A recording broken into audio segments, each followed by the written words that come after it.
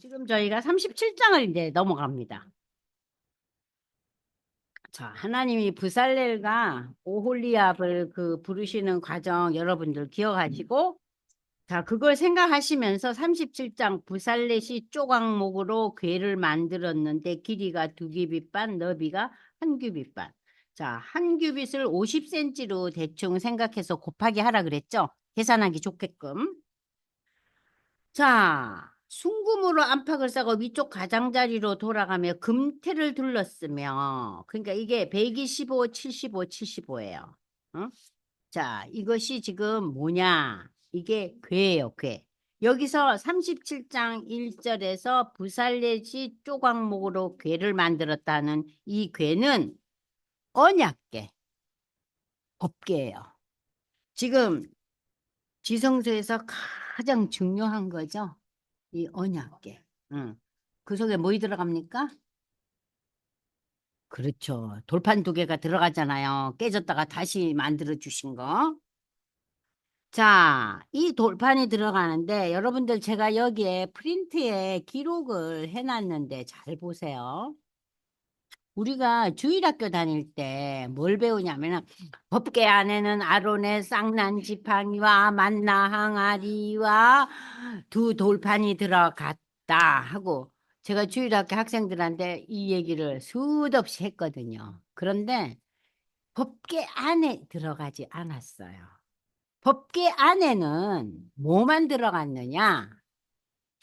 두 돌판만 들어갔어요. 그러면 이 만나 항아리와 아론의 쌍난 지팡이는 어디 있었느냐? 법궤 앞에, 법궤 들어가는 입구에.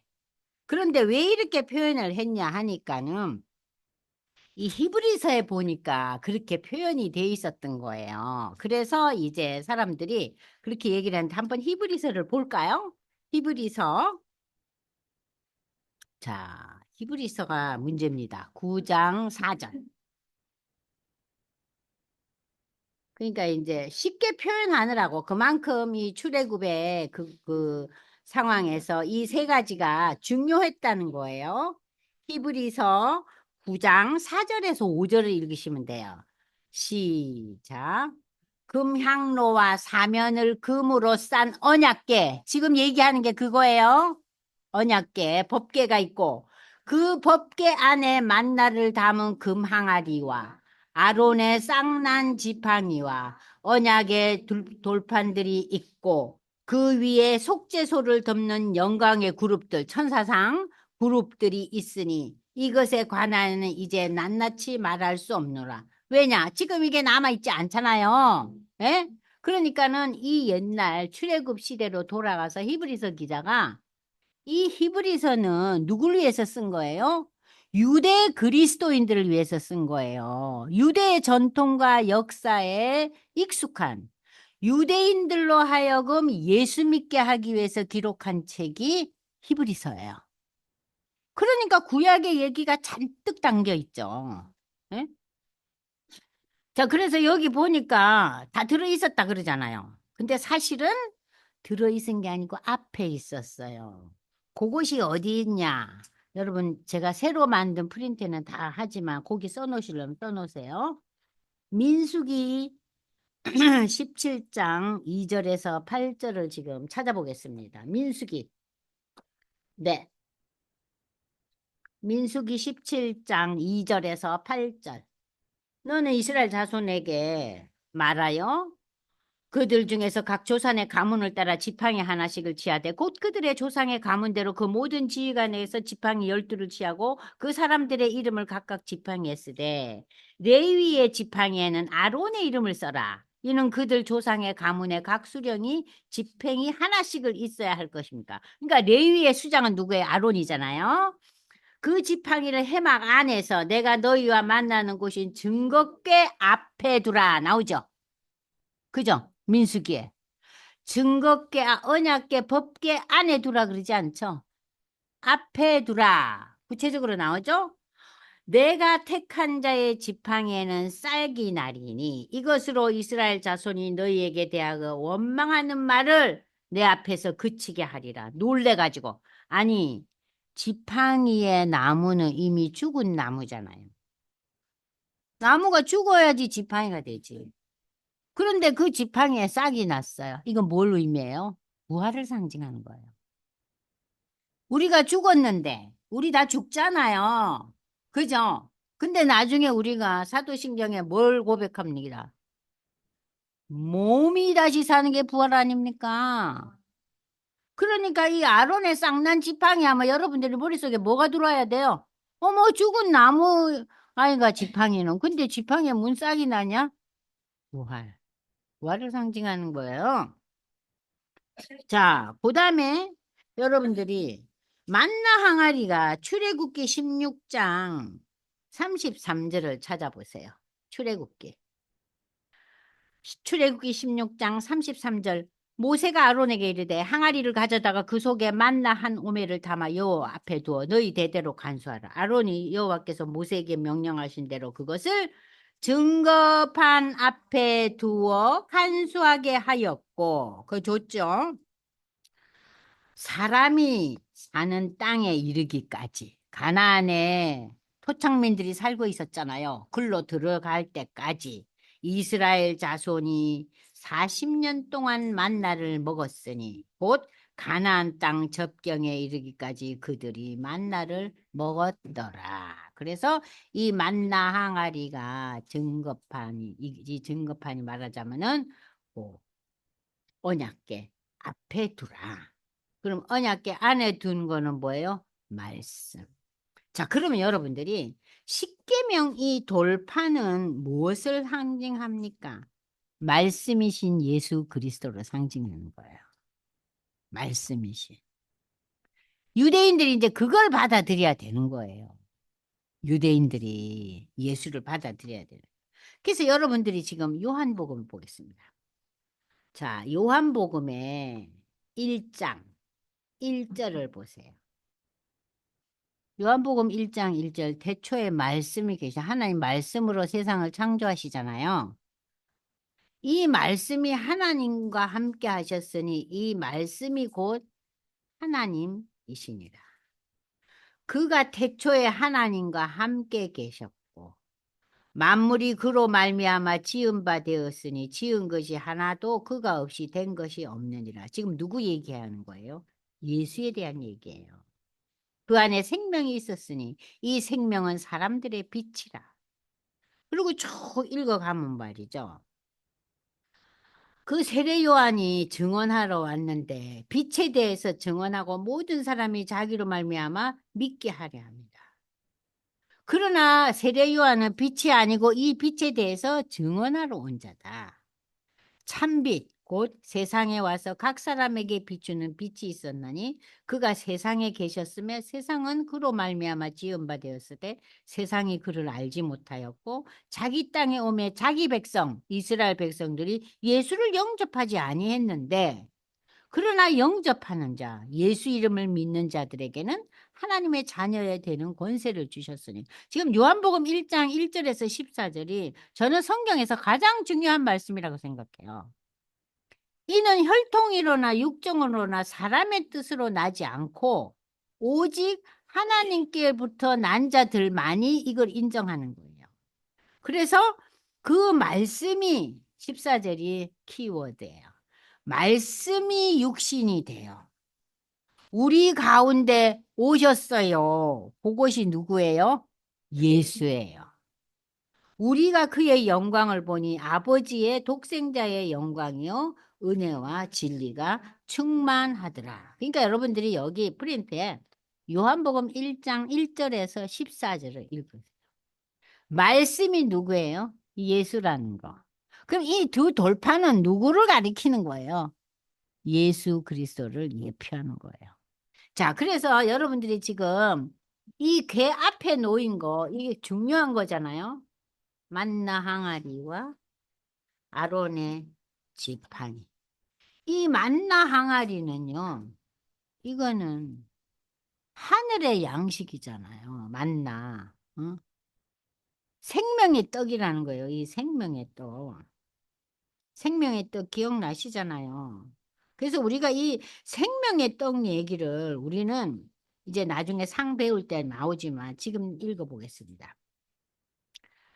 요한복음 6장에 보면 27절 59절 좀 이따 읽겠어요. 이 생명의 떡에 대한 얘기가 나오는데 우리가 지금 오늘 여러 가지 뭐 얘기 많이 이제 뭐 만드는 법 이런 거 보지만 중요한 의미는 이 언약궤 안에 있는 말씀, 그러니까는 두 돌판과 언약궤 앞에 있던 아론의 쌍난 지팡이와 만나 항아리가 말하자면 부활을 드러내고 만나 항아리를 통해서는 무엇을 이제 우리에게 나타내느냐. 여기 상 보세요.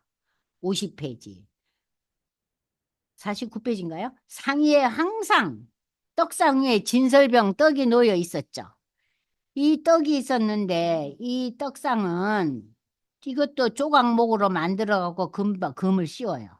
제사장은 백성을 대표해서 성소의 상에서 하나님과 깊은 사랑의 교통을 누린다. 진설병은 상위에 6개씩 두 줄로 놓는데 매 안식일마다 새로운 떡을 갖다 놓고 상에서 물린 떡은 제사장이 성소 안에서 반드시 먹고 이거는 아무도 못 먹어요. 제사장만 먹었어요. 이 떡은 신약에 와서 생명의 떡인 예수를 상징한다. 특별히 이 당시 진설병은 삶의 축복에 대한 감사의 표시로 하나님께 드려졌는데 이 떡은 신약에 와서 그리스도인들에게 영생을 주시는 예수 그리스도의 대속의 희생과 생명의 떡을 상징한다. 그래서 이제 요한복음 6장에 보면 이 생명의 떡에 대한 얘기가 아주 자세하게 나오고 있어요. 요한복음 6장 보세요. 생명의 떡. 그러니까 이 언약궤 앞에 있던 것과 언약궤 안에 있던 것이 이 세 가지가 굉장히 중요한 의미를 우리에게 이제 나타내고 있다는 얘기입니다. 6장 펼치셨어요? 네, 27절부터 읽겠습니다. 시작. 하도록 있는 양식을 위하여 하라. 이 양식은 인자가 너희에게 주리니 인자는 아버지 하나님께서 인치신 자니라. 그들이 묻되 우리가 어떻게 해야 하나님의 일을 하오리까? 예수께서 대답하여 이르시되 하나님께서 보내신 일을 믿는 것이 하나님의 일이라 하시니 그들이 묻되 그러면 우리가 보고 당신을 믿도록 행하시는 표적이 뭡니까? 하시는 일이 무엇입니까? 기록된 바 하늘에서 그들에게 떡을 주어 먹게 하였다 함과 같이 우리 조상들은 광야에서 만나를 먹었나이다. 예수께서 이르시되 내가 진실로 진실로 너희에게 이르노니 모세가 너희에게 하늘로부터 떡을 준 것이 아니라 내 아버지 하나님께서 너희에게 하늘로부터 참떡을 주시나니 하나님의 떡은 하늘에서 내려 세상에 생명을 주시는 거니라. 그들이 이르되 주여 이 떡을 항상 우리에게 주소서. 예수께서 이르시되 나는 생명의 떡이니 내게 오는 자는 결코 줄이지 아니할 터이요 나를 믿는 자는 영원히 목마르지 아니하리라. 그러나 내가 너희에게 이르기를 너희는 나를 보고도 믿지 않은도다 하였느니라. 아버지께서 내게 주시는 자는 다 내게로 올 것이요 내게 오는 자는 내가 결코 내쫓지 아니하리라. 내가 하늘에서 내려온 것은 내 뜻을 행하려 함이 아니요 나를 보내시니 하나님의 뜻을 행하려 함이니라. 나를 보내신 이의 뜻은 내게 주신 자 중에 내가 하나도 잊어버리지 아니하고 마지막 날에 다시 살리는 이것이니라. 이게 뭐예요? 마지막 날이 예수의 부활 아니에요? 예수의 예수의 그 재림의 날에 우리가 어떻게 돼요? 부활하잖아요.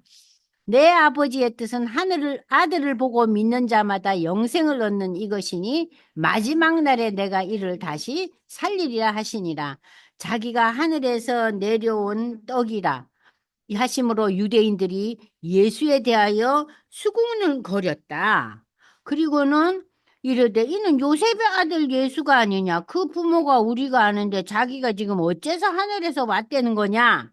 예수께서 대답하여 이르시되 너희는 서로 수군거리지 말라. 나를 보내신 아버지께서 이끌지 아니하시면 아무도 내게 올 수 없으니 오는 그를 내가 마지막 날에 다시 살리리라. 선지자의 글에 그들이 다 하나님의 가르치심을 받으리라 기록되었은즉 아버지께 듣고 배운 사람마다 내게로 오느니라. 이는 아버지를 본 자가 있다는 것이 아니니라. 오직 하나님에게서 온 자만 아버지를 보았느니라. 진실로 진실로 너희에게 이르노니 믿는 자는 영생을 가졌나니 내가 곧 뭐라고요? 생명의 떡이니라. 그러니까 진설병이 이 생명의 떡의 그림자예요. 그림자예요. 생명의 떡. 그래서 이 49절에 나오잖아요. 너희 조상들은 광야에서 만나를 먹었지만 다 죽었잖냐? 이는 하늘에서 내려오는 떡이니 사람으로 하여금 먹고 죽지 하게 하냐. 나는 하늘에서 내려온 살아있는 떡이니 사람이 이 떡을 먹으면 영생하리라. 내가 줄 떡은 곧 세상의 생명을 위한 내 살이니라 하시니라. 그러므로 유대인들이 서로 다투어 이르되 이 사람이 어찌 능히 자기 살을 우리에게 주어 먹게 하겠느냐. 육적인 생각만 계속하는 거죠. 예수께서 이르시되 내가 진실로 진실로 너희에게 이르노니 인자의 살을 먹지 아니하고 인자의 피를 마시지 아니하면 너희 속에 생명이 없느니라. 내 살을 먹고 내 피를 마시지 아니하면 너희 속에 생명이 없느니라. 내 살을 먹고 내 피를 마시는 자는 영생을 가졌고 마지막 날에 내가 그를 다시 살리리니 내 살은 참된 양식이요 내 피는 참된 음료로다. 내 살을 먹고 내 피를 마시는 자는 내 안에 거하고 나도 그의 안에 거하나니 살아계신 아버지께서 나를 보내심에 내가 아버지로 말미암아 사는 것 같이 나를 먹는 그 사람도 나로 말미암아 살리라. 이것은 하늘에서 내려온 떡이니 조상들이 먹고도 죽은 그것과 같이 아니하여 이 떡을 먹는 자는 영원히 살리라. 기가 막힌 말씀이죠. 만나를 예수와 연결해서 지금 요한복음에서 설명하고 있잖아요. 6장. 그런데 이 만나의 의미를 제대로 파악하지 못하면 이 생명의 떡을 이해를 못하는 거예요. 야, 하늘에서 준 떡이라고 다 먹고 살았냐? 걔들은 일시적으로 하늘에서 준 거 먹었어요. 하나님의 은혜를 누렸죠. 그러나 그들은 다 죽었어요. 그러니까 이 구원의 첫 발자국은 띄었지만 구원의 완성으로 이르지는 못했어요. 그죠? 근데 그 구원의 완성을 누가 일으켜요? 예수님이 일으키셔요. 그러니까 오늘 여러분들이 공부한 것 중에서 이 언약궤 앞에 놓이고 들어간 거예요. 그 의미. 굉장히 중요한 의미예요. 그래서 히브리서와 이 요한복음 6장, 히브리서 9장에 이 연결점을 잘 읽어보시면은 출애굽기의 이 모든 역사가 결국은 예수의 십자가의 죽음과 예수를 통한 구원과 예수의 재림과 우리의 부활까지 다 연결이 되는 거예요. 그래서 우리가 이제 마태복음은 그것을 항상 천국이라는 표현을 하고 누가복음은 하나님의 나라로 표현을 해요. 그리고 이제 요한복음에서는 천국이나 하나님의 나라로 표현하지 않고 이렇게 영생이라는 의미, 단어가 달라져요. 사용이. 그러면은 천국, 하나님의 나라는 그럼 어찌 되는 건가? 기본적으로 유대인들이나 보통 사람들이 생각하는 천국, 하나님의 나라는 어떤 거예요? 내가 누리고, 뭘 잘하고, 뭐 어려움이 없고, 편하게 잘 먹고 잘 사는 게 보통 일반 대중들의 천국이죠. 아우, 저 사람은 천국에 살아. 아유, 모든 것이 오케이야. 자식 새끼도 잘 돼. 와이프도 이뻐. 뭐 남자는 능력이 있어서 승승장구해. 그러면은 세상 사람들이 뭐라 그래요? 천국이 딸로 없네, 저 집은. 모든 게 잘 이루어져. 그렇지만 그 천국은 뭐예요? 육적인 천국인 거예요. 그죠? 육적인 천국이에요. 믿음과는 아무 관계없는 육적인 천국이잖아요. 그런 천국이 있어요.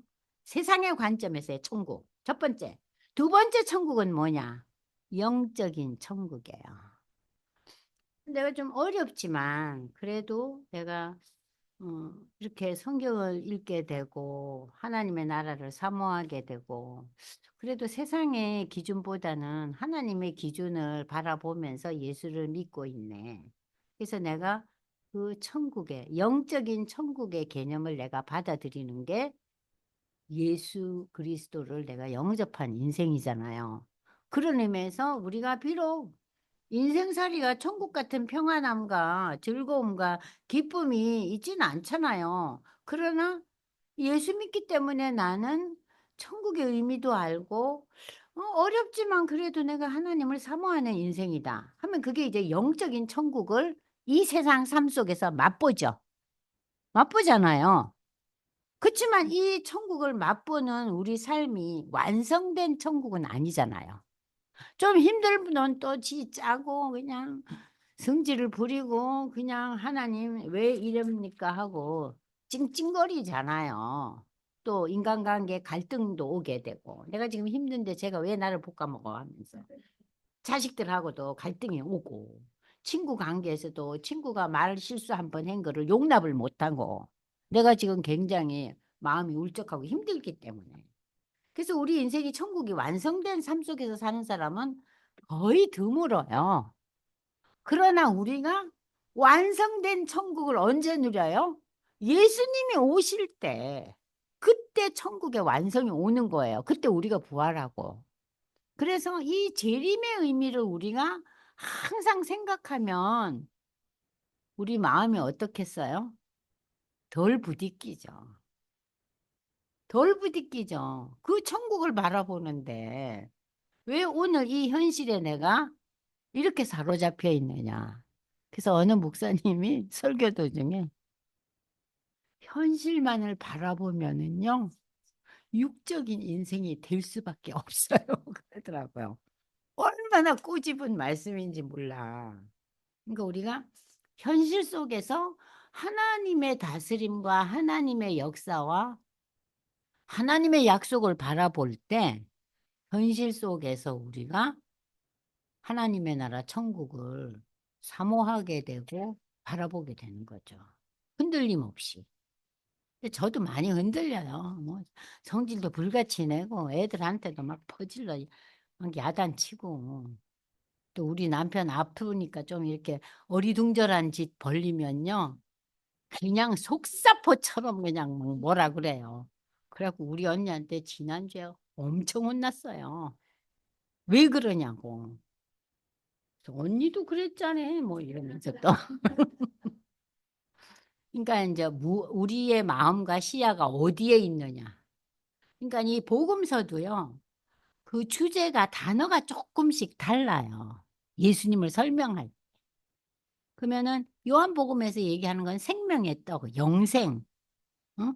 그 얘기를 많이 하고 마태복음 천국, 누가복음은 하나님의 나라. 그 많이 얘기하고 있어요. 아, 조금 이해되셨어요? 네. 그러니까 이제 그 다음 이제 읽어 가겠습니다. 지금 시간이 몇 시죠? 빨리빨리 또 나가야지. 기본적인 얘기하다가 놓쳐요. 그러니까 그만큼 이 언약계, 속죄소, 이 상에 나오는 이 단어들이 중요하다는 거예요. 요한복음, 히브리서, 민수기, 출애굽기 제가 얘기한 거 잘 기억하시고 복습할 때 찾아보시라고 제가 읽어드렸습니다. 그럼 보면 이제 그다음에 지금 우리가 37장 읽고 있잖아요. 그 상맨 드는 얘기 나오고 그다음에 이제 등잔대가 나오죠. 등대. 이 등대를 만들 때 이 등대가요. 꽃 모양의 그 줄기 모양이 살구꽃 형상으로 돼 있었다 그랬잖아요. 그죠? 이 살구꽃이 뭘 나타내느냐? 이 살구꽃을 유대인들이 좋아한대요. 그리고 유대 나라에 살구꽃이 많이 피는다고 그래요. 근데 이 살구의 의미가 제일 봄에 제일 먼저 그 이스라엘 지역에서 봄에 처음 피는 꽃이 살구꽃이래요. 근데 이 살구의 의미가 그들의 그 삶 속에서 깨우다, 경성하다 그런 뜻이에요. 그래서 이 등불에 그러니까 여러분들 그 촛대 있잖아요. 7개. 그 그림 보면 촛대 나오잖아요. 그 촛대의 이음새가 살구꽃 그 모양의 그 이음새를 갖고 있으면서 뭘 얘기하느냐? 이 빛이 비춘 곳 아래에서 너희가 깨어 있으라 그 소리예요. 아시겠죠? 살구꽃 모양을 담은 일곱 등잔은 이스라엘 백성의 신앙을 지키고 저들의 영혼을 항상 일깨워주는 그런 상징적인 의미를 가지고 이 등대 촛대를 만든 거예요. 아, 이 촛대 너무 근사하더라고요. 이 그림만 봐도. 그래서 이제 조각목으로 그 조각목이라 순금으로 등잔대를 만들 때 17절 살구꽃 형상으로 만들어라. 그리고 이제 그다음 장으로 넘어가면요.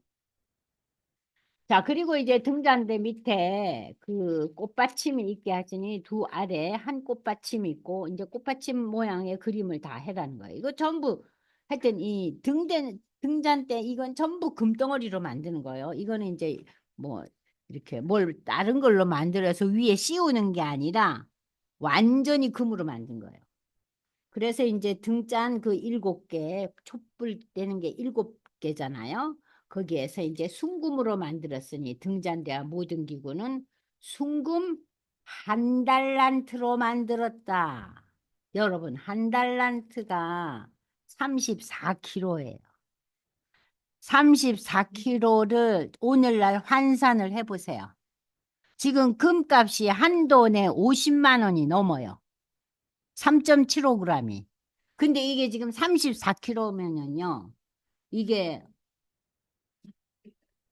어떻게 우리 머리로 생각이 안 돼요. 엄청나죠. 예? 그러니까 이 금덩어리가 이렇게 있는 거예요.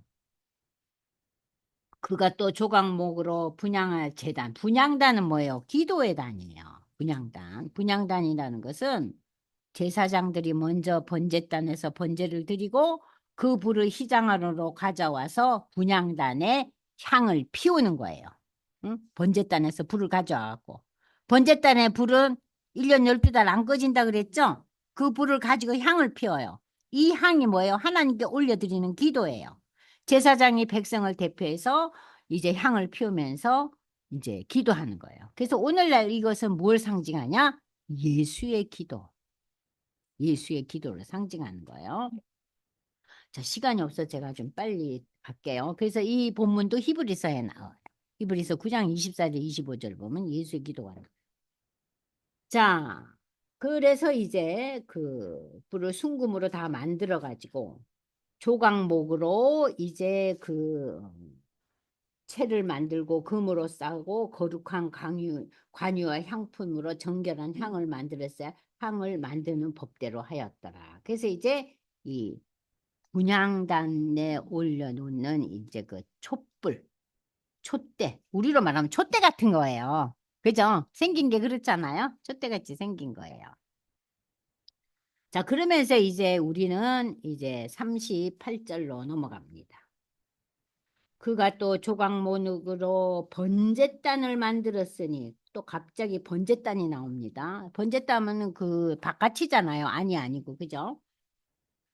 길이는 5규빗이고 너비도 5규라 그 내 모퉁이에 뿔을 만들고 자, 이 번제단은 거 물두멍 여러 번 우리가 공부했어요. 이 번제단은 세상죄를 위해 십자가에 죽임당한 예수 그리스도를 예표한다고 여러 번 얘기 드리고 이 불은 항상 불이 붙어 있었다고 조금 전에 다 설명드렸죠. 자, 그리스도의 죽음으로 우리 옛사람이 죽임당하는 심판의 장소. 그러니까 여기서 죽는다는 것은 뭐예요? 오늘날 우리의 죽음은 뭐예요? 육적으로 네가 죽으라는 소리가 아니죠. 그죠? 네가 가진 인간의 본성, 응? 그 죄인된 인간의 본성이 죽으라는 소리예요. 이해되세요? 네. 인간적인 인성을 죽이라는 거예요. 네 육체를 죽이라는 게 아니에요. 근데 초대교회는 이거를 다 오해했잖아요. 사람 잡아먹는다고. 기독교인들 이상하다고. 그리고 그 포도주를 가지고, 어? 그 마시고 이럴 때 이게 뭐 내 살이고 피고 그러잖아요. 아, 사람 피를 흘려가 그걸 먹고 마신댄다. 이건 무슨 이상한 집단 아닌가 그랬어.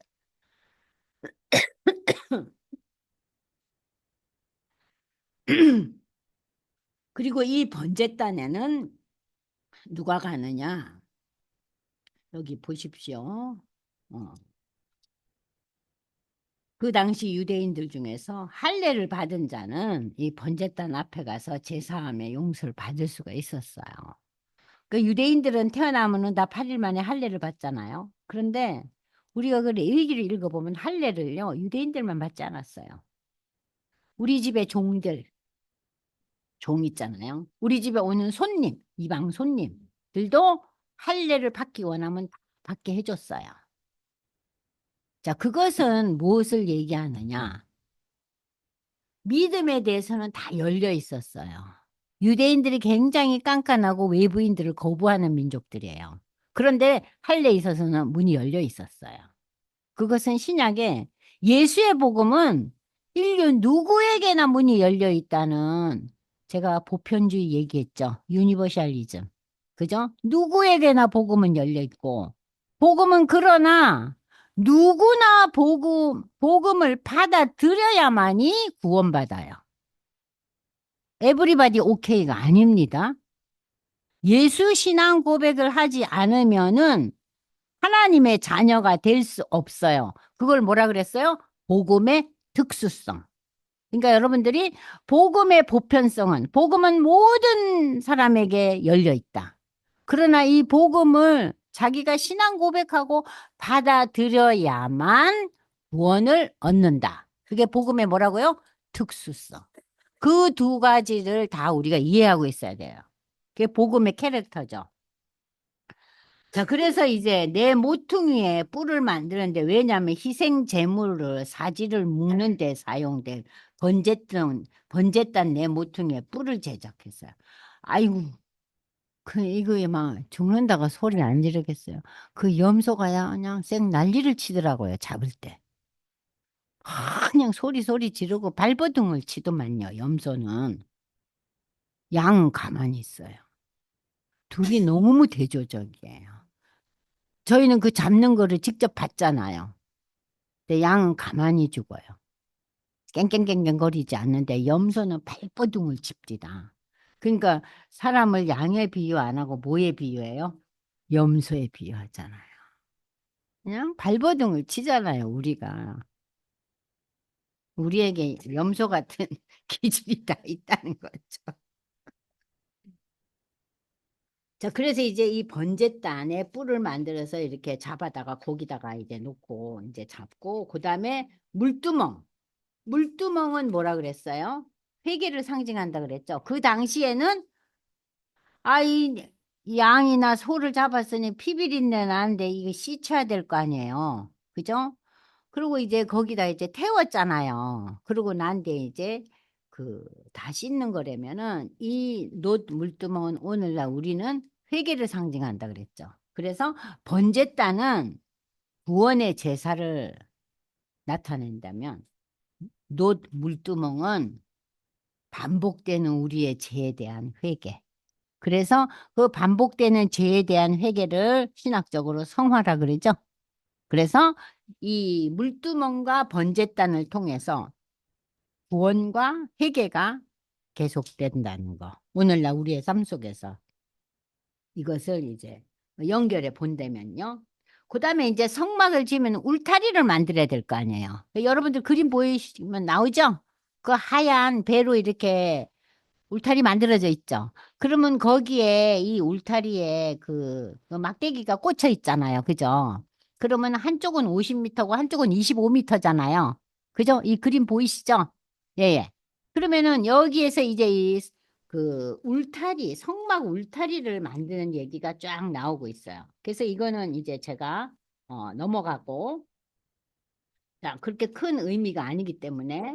그리고 이제 그 휘장 문도 나오고, 그 앞에 이제 그러면 제가 여기에서 60페이지에 여기에 보시면은 그림을 지금 보겠어요. 자, 울타리 보이죠? 네, 울타리 보이죠? 그죠? 그 울타리. 그러니까 50m와 25m. 그리고 앞에 뭐가 있어요? 문이 있죠. 그죠? 문은 한 군데밖에 없어요. 왜냐? 예수 믿어야만이 하나님 자녀돼요. 다른 문은 없어요. 문은 하나라는 거예요. 요로만 들어가야 돼요. 그러니까 이 문 속으로 들어가서 우리가 뭘 발견합니까? 번제다. 내 죄를 사함받기 위한 제사들이죠. 그 다음에 물두멍에서 씻죠. 이 물두멍은 우리가 거듭거듭 반복돼야겠죠. 이 번제단의 제사는 예수의 그 이례적인 제사, 나의 신앙 고백으로 끝나지만 이 물두멍에서 씻는 회개의 의식은 우리 삶 속에서 끊임없이 반복돼야 된다는 거예요. 자, 요 그림 속에서 여러분들이 그걸 잊지 마시라고. 그리고 그 안에 이제 성소가 있고 성소 안에 이제 여러분 지금 우리가 배웠던 이 그림 보세요. 그 다음에 보시면은 자, 떡상이 있죠? 생명의 떡, 진설병. 그리고 이제 뭐가 있어요? 등대가 있잖아요. 성령의 조명. 응? 그리고 분향단이 뭐예요? 하나님께 올려드리는 기도의 단. 그죠? 그리고 이제 분향단과 언약궤 거기 앞에 뭐가 있었다 그랬어요? 아론의 쌍난 지팡이야 만나 항아리가 있었던 거예요. 그리고 지성소 안에는 뭐만 있어요? 그 언약궤 앞에는 예? 뭐가 있었어요? 뭐가 있었어요? 하나님의 말씀 돌판만 있어. 그러니까 요 그림이 이제 조금 이해되시죠? 그죠? 그리고 문은 하나라는 거. 우리의 구원은 무엇을 통해야 안 되죠? 이 문으로만 들어가야 돼요. 이 문이 뭐예요? 오늘 우리에게는 예수 그리스도라는 거예요. 네? 자, 그래서 이제 마무리를 지면 여기에 이 얘기 들으면 여러분들이 조금 마음에 갈등이 좀 올 것 같아요. 21절 성막꽃 증거막을 위하여 레위 사람이 쓴 재료에 물목 여태까지 이제 들어간 여러 가지 물품의 그 목록을 말하는 거예요. 제사장 아론의 아들 이다말이 석이네요. 모세 명령대로 계산하고 기입하고 다 써놔요. 응? 그리고 유다 지파 훌의 손자여 우리의 아들은 부살렛은 여호와께서 모세에게 명령하신 모든 것을 전체적인 것을 다 만들고 단 지파 아이사막의 아들 오홀리압이 이 부살렐과 함께 특별히 오홀리압은 손재주가 있었던 사람이잖아요. 예, 술을 놓고 조각하고 또 옷에다가 그 여러 가지 보석을 박아 넣고 그러니까 이게 일종의 뭐 수 놓는 사람 배실로 이제 그 맨 밑에 덮는 그 휘장을 이렇게 천사의 그림을 넣어가지고 이렇게 짰다 그랬어요. 그러니까는 성막 위에 있는 덮개 그 첫 번째 덮개가 뭐예요? 실로 짰잖아요. 그 실로 짜는 그런 그 기술적인 거를 모든 그 기술적인 것을 오홀리압의 지도 안에 지도하에서 여러 장인들이 이제 뽑혀서 만든 거예요. 혼자서는 이거 못 만들죠. 그잖아요. 단시간에. 그래서 이제 이 그 오홀리압이 어 조각하고 청색 자색 홍색 실과 가는 배실로 술을 놓았더라. 자, 여기 이제 드디어 성소 건축 비용이 나옵니다. 성소 건축 비용으로 들인 금은 성소의 세겔로 29달란트와 730세겔이며 개수된 회종. 자, 여기 지금 성소 건축 비용이 나오는데요. 이 금 한 달란트가요. 은 15달란트래요. 금과 은의 비율이 15대 1인데 요즘하고 너무 다르죠? 요즘은 은값이 너무 싸요. 그죠? 금값이 얼등이 비싸잖아요. 근데 이때는 15대 1이었어요. 그러니까 요즘하고 물가가 좀 달라요. 그리고 이제 이 금 1달란트는 은 15달란트였는데 드린 금은 성소에서 금으로 29달란트와 730세겔이라 그랬는데 자 보십시오. 자, 이 그러면 이 세겔은 또 어떻게 되는가? 참 이게 복잡하더라고요. 제가 이제 그래서 그걸 전부 다 이제 찾아봤는데 여러분이 보시면은 이걸 전부 계산하니까 금 1달란트가 은 15달란트잖아요. 그러면은 그 은 1달란트는 6천 드라크마예요. 그러니까 순서대로 쓰세요. 금 1은 은 15. 그죠? 근데 은 1달란트는 6천 드라크마. 드라크마라는 거는 신약에서도 나와요. 들어보셨죠? 드라크마인데 6천이에요. 은 1달란트가 6천 들어가면 돼. 1달란트가 아까 34kg라 그랬잖아요. 요즘 도량으로. 6천 드라크마인데 1 드라크마가 뭐냐? 노동자 하루 품삯이에요. 그런 계산이 나오죠? 그죠? 다시 반복합니다. 금 한 달란트는 은 몇이에요? 15달란트. 은 한 달란트는 6천 드라크마. 노동자 일일 임금이 1 드라크마. 그럼 요즘은 노동자가요, 8, 90만 원 하죠. 그죠? 네? 그렇죠. 노동자 하루 봉사하기 8, 90만 원 하잖아요. 그죠? 일의 종류에 따라 다르지만 보통 8만 원 정도 하잖아요. 그러니까 8만 원 곱하기 6천 곱하기 15 곱하기 아니 이 이거 계산을 해보세요. 이게요. 요새 돈으로 1,000억이 넘어요. 네, 1,000억이 넘는데 문제는 그 당시의 물가와 그 당시의 그 가치관으로 볼 때 우리하고 좀 달라요. 요즘은 금이 우리 일반 보통 사람들의 그 물가에 비해서 월등히 비싸죠. 그냥 저는 그냥 금 한 돈에 뭐 한 10만 원, 20만 원 하면 되는 기지. 50만 원까지 하잖아요. 그래서 이게 1,000억 이상 들었다 하면은 금을 예전에 우리 어릴 때 생각으로 치면은 우리가 뭐 중고등학교 다닐 때 치면은 금과 은이 그렇게 그때는 차이가 많지 않았잖아요. 그래서 그때는 은수저도 얼마나 비쌌어요. 요새는 은수저는 아무것도 아닌 거야. 그래서 제가 1,000억 이상이 들었다. 1,100 몇십억이 들어요. 오늘날 계수를 하니까 요것대로 하니까. 근데 그거를 어, 그 시대적인 상황으로 볼 때는 이거를 반 이상 잘라야 되지 않겠는가, 그죠? 그렇잖아. 우리 은금에 대해서 우리 옛날 시대 때는 그렇게 안 비쌌잖아요, 금이. 그럼 반만 자른데도 500억이 들어. 그러니까 하나님이 이 사람들이 출애굽할 때 엄청 주셨어요. 애굽에 있는 보아가 그냥 줄라랩이 서가지고 온 거예요. 하나님의 계산 방법이 어떠세요?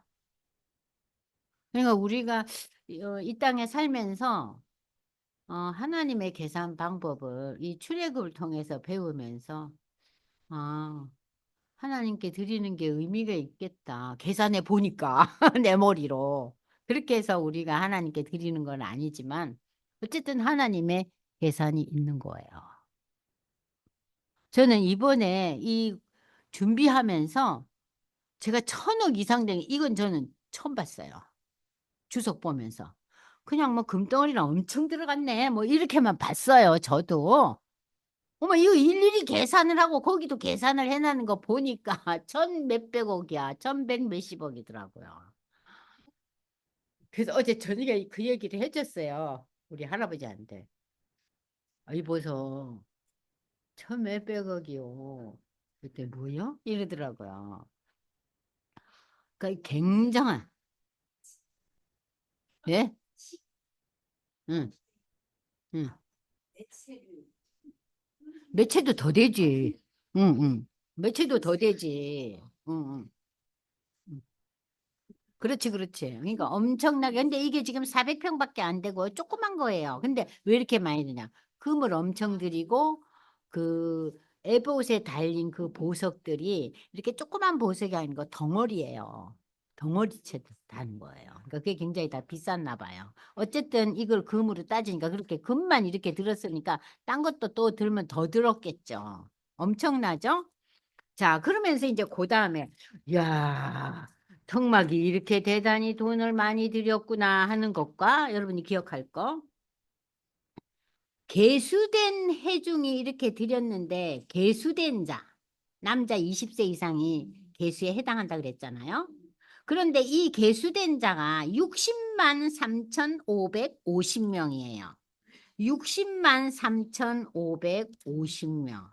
이게 어디에 나오느냐? 민수기를 찾아보세요. 민수기. 민수기 1장 46절에서 54절을 보면은 민수기가 뭐예요? 이제 출애굽을 하고 난 뒤에 저들이 시내산에서 말씀을 받고 그죠? 이제 진짜 행진으로 들어가는 거예요.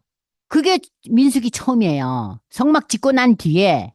그리고 민수기가 시작되잖아요. 그때 계수를 해요. 그때 이 계수한 숫자가 지금 민수기 1장 46절에서 1장 46절에서 이제 읽겠습니다. 계수된 자의 총계는 60만 3,550명인데 남자 20살에서 남자 60세 이하입니다. 그러니까 여기에는 여자들과 어린 남자나 나이 든 남자는 제외됐죠? 그러니까 그들까지 다 합치면 거의 250만에서 300만에 해당해요. 그러니까 출애굽의 그 여정에 이렇게 간 그 숫자가 민수기에서 처음 이제 그 숫자 개수는 보통 우리가 이제 생각할 때는 250만이 넘는 거예요. 어린애들, 여자 다 합치면. 이해되셨죠? 자, 그러나 레위인은 거기에 조상의 지파대로 그 계수에 들지 아니하였으니 이는 하나님께서 모세에게 말씀해 너희 레위 지파는 계수를 하지 말래요. 응? 그들은 이스라엘 자손 계수 중에 넣지 말고 그래서 12지파 안에 레위를 빼잖아요. 그게 누가 들어갔어요? 요셉의 두 아들 에브라임과 므낫세가 들어가서 12지파인데 실질적으로 이스라엘의 지파는 13이에요. 그러니까. 그죠? 근데 레위는 또 안 했어요. 레위는 제사장이라고 따로 구별됐어요. 그들에게 증거의 성막과 그 모든 기구와 모든 부속품을 관리하게 해라. 지금 우리가 보고 있는 거 있죠? 이걸 누가 관리해요? 레위 지파가. 제사는 누가 해요? 아론의 후예들, 제사장들이 하는 거예요. 그들은 그 성막과 모든 기구를 운반하며 거기서 봉사하며 성막 주위에 진을 치지며 성막을 운반할 때는 레위인이 그것을 걷고 성막을 세울 때는 레위인이 이걸 세우고 외부 사람들은 근처에도 오지 말라 이거예요. 이 성막 관리를 레위인이 한 거예요.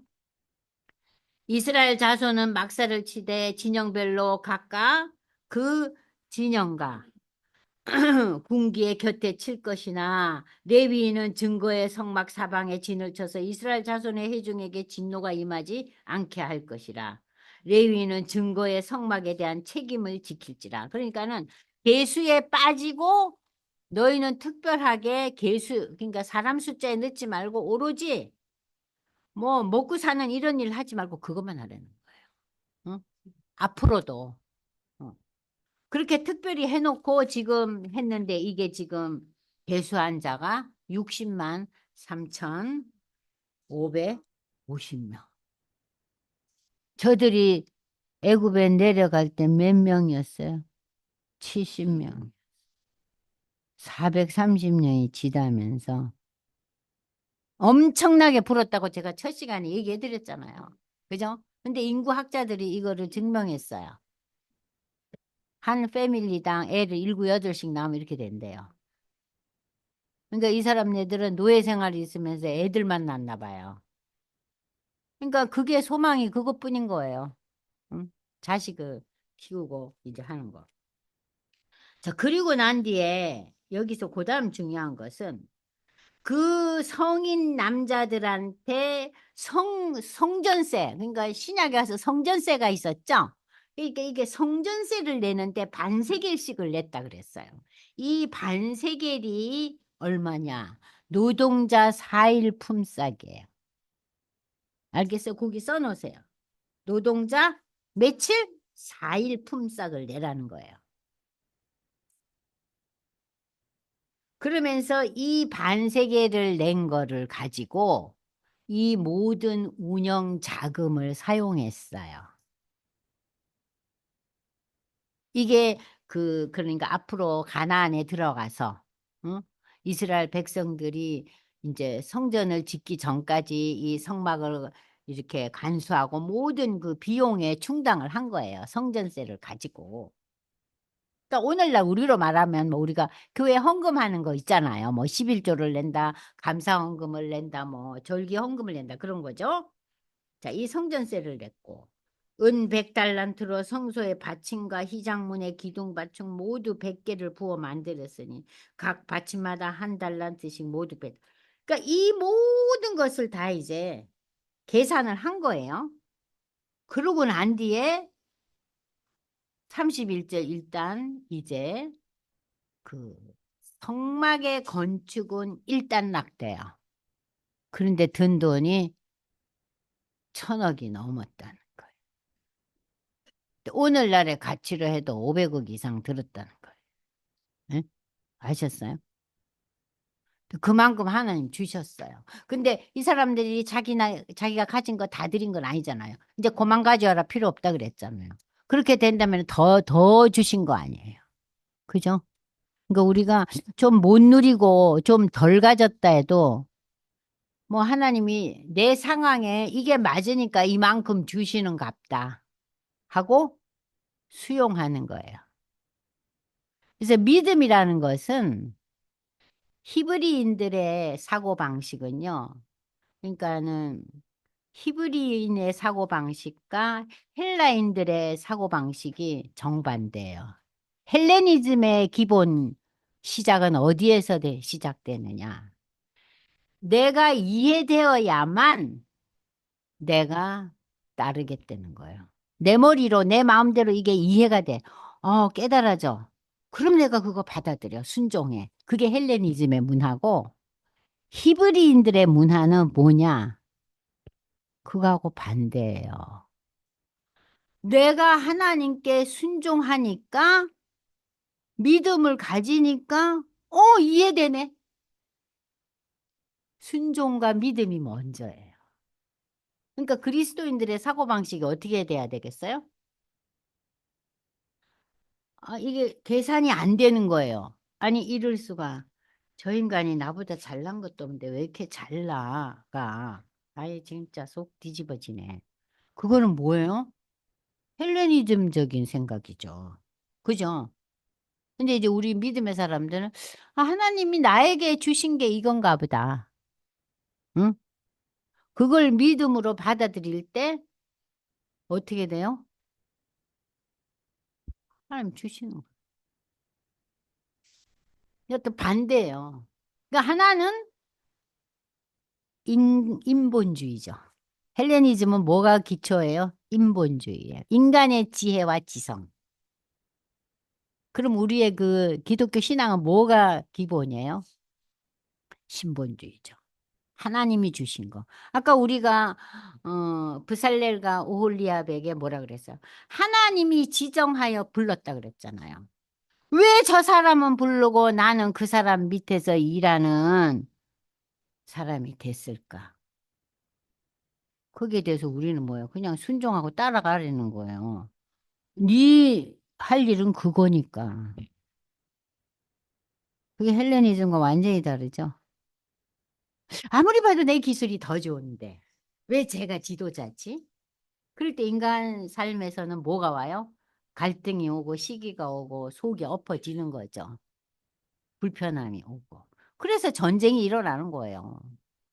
예. 파워 게임이죠, 한마디로. 그래서 이 출애굽기를 읽으면서 와, 참 이 대단한 걸 하면서 이 이스라엘 백성들. 그래도 저는 그 시대에 안 태어난 게 고맙네요.